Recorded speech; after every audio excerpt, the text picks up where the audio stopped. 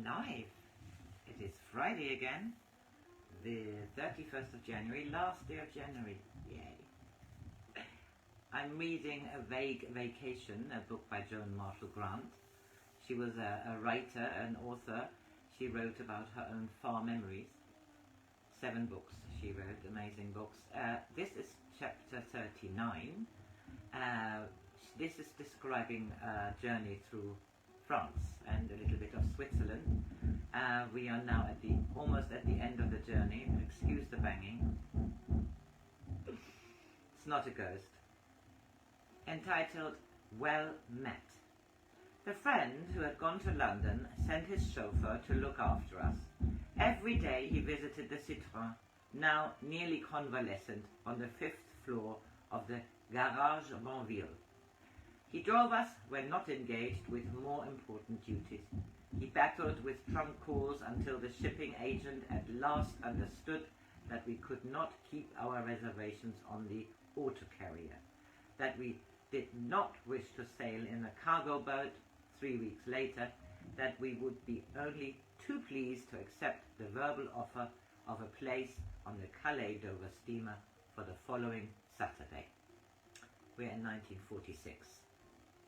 It was soon clear why pubL had secured this extra week, for through friends we met other friends, at least one of whom was certainly not a first meeting. The car recovered in time for us to drive towards his chateau for the night. It is Louis XVI with a winged clarity of line and all the original furniture, a worthy setting for our host. We drove him back to Paris, only then discovered that Charles' note case containing the indispensable Petrol coupons had been left behind. So we had to drive back to get it and did not reach Paris again until 7. I found a message from Marguerite asking me to get in touch with her. I telephoned from the hall, for the instrument in our room was still deaf and dumb. She knew we had been anxious in case the car repairs and the extra days should run us short of money, and wanted to let me know that she had sold the French rights of a book and had some francs for me. Suddenly I heard a voice exclaim, "It's Joan! Give me that telephone." "Jeanette! But I thought you were dead." "But aren't you dead?" From anyone else this might have sounded odd, but Jeanette and I know each other's ideas on such matters, so I answered, "No, I'm in Paris, at the Madison." "Well, stay there and I shall be round in 10 minutes. Pause with me, and whatever you're doing, you must put it off. Why didn't you tell me you were in Paris?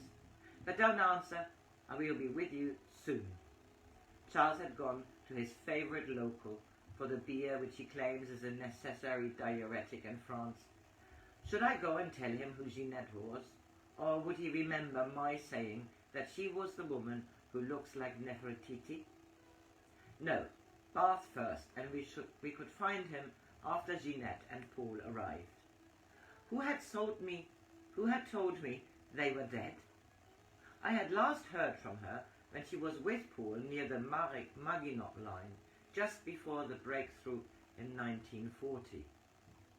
Charles found me sitting on the bed between 2 people he had never seen, and was immediately engulfed in a torrent of conversation. Jeanette and I talked simultaneously until our husbands gently shepherded us down to Paul's car and suggested that if we could make up our minds where we wanted to go, it would be their pleasure to take us there. To La Perouse, I suggested, for they have such beautiful food, and it's quiet. We ended on a wave of exuberance, and I announced in one breath to the patron, we each thought the other was dead, and because we are not, we must celebrate. When he heard our excitement, he had found in it no...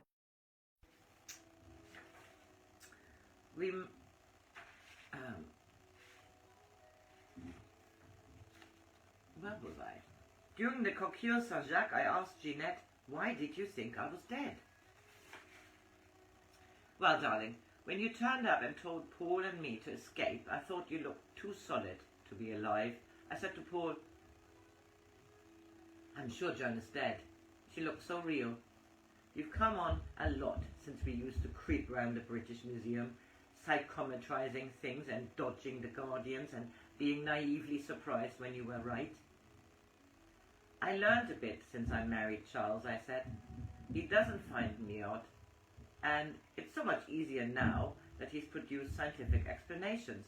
I'm his favourite guinea pig, and it's a pleasant change not to have to dig my toes in and say, I don't know how it happens, but I know it does. Is she often in 2 places at once? Inquired Paul. She appears to have done it at least 3 times,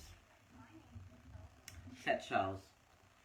The best, so far as I know, was when she appeared in Hollywood to give some crisp advice to a friend who was in a bother. It shook him a bit, for he said she brought her retriever, and when he asked if she were a ghost, she told him to lick his hand. It did, and when she left, quite ordinarily by the door, he claimed that his hand was still wet from the dog's tongue. I can't remember the incident myself, I admitted frankly, but it seems to work all right. I'm far more interested in what happened to you and Paul. I can only remember dreaming that you were somewhere near a large town beginning with L. I thought it was probably Lyon. No, Limoges.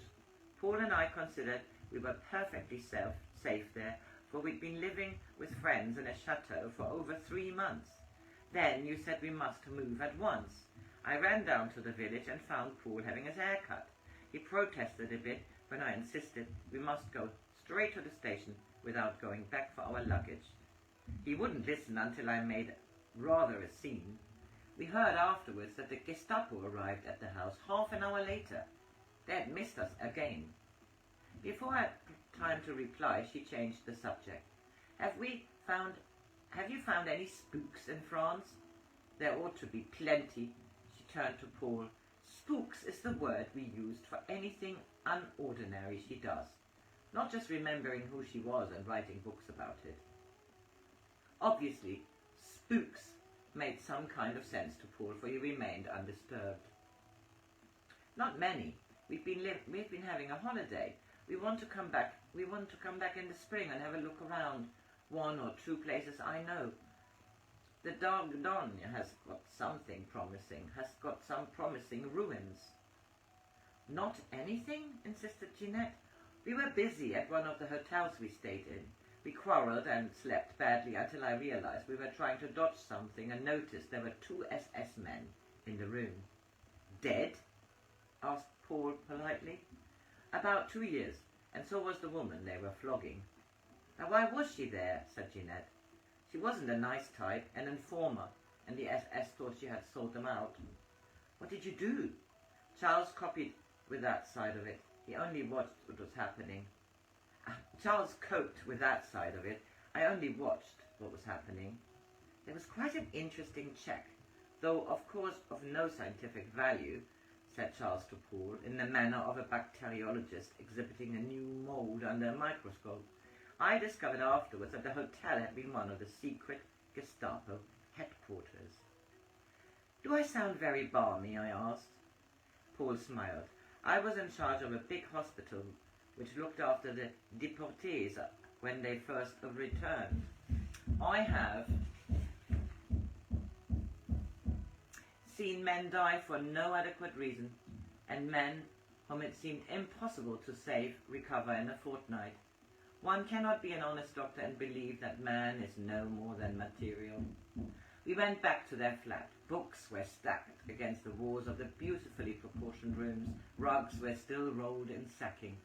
We only moved in yesterday with 2 kittens and a bottle of champagne. We will open it now. She showed me around while Paul lit the wood-burning stove.